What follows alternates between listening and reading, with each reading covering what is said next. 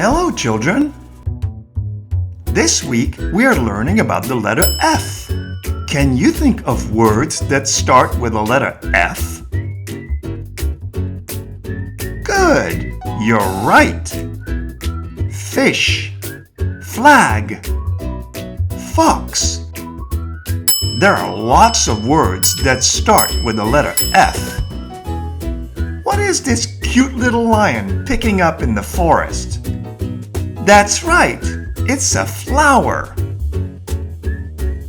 Our color of the week is green. Can you think of something that's green?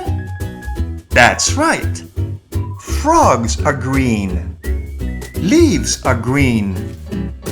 This week, our number is the number 5. It's very easy to draw the number 5.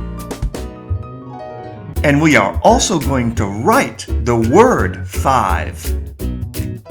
See, that was pretty easy.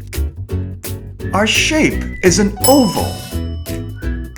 What can you think of that's oval? How about eggs? Or a football? Our sight words are go, help, did, do, and eat. Why don't you try to make some sentences including these words?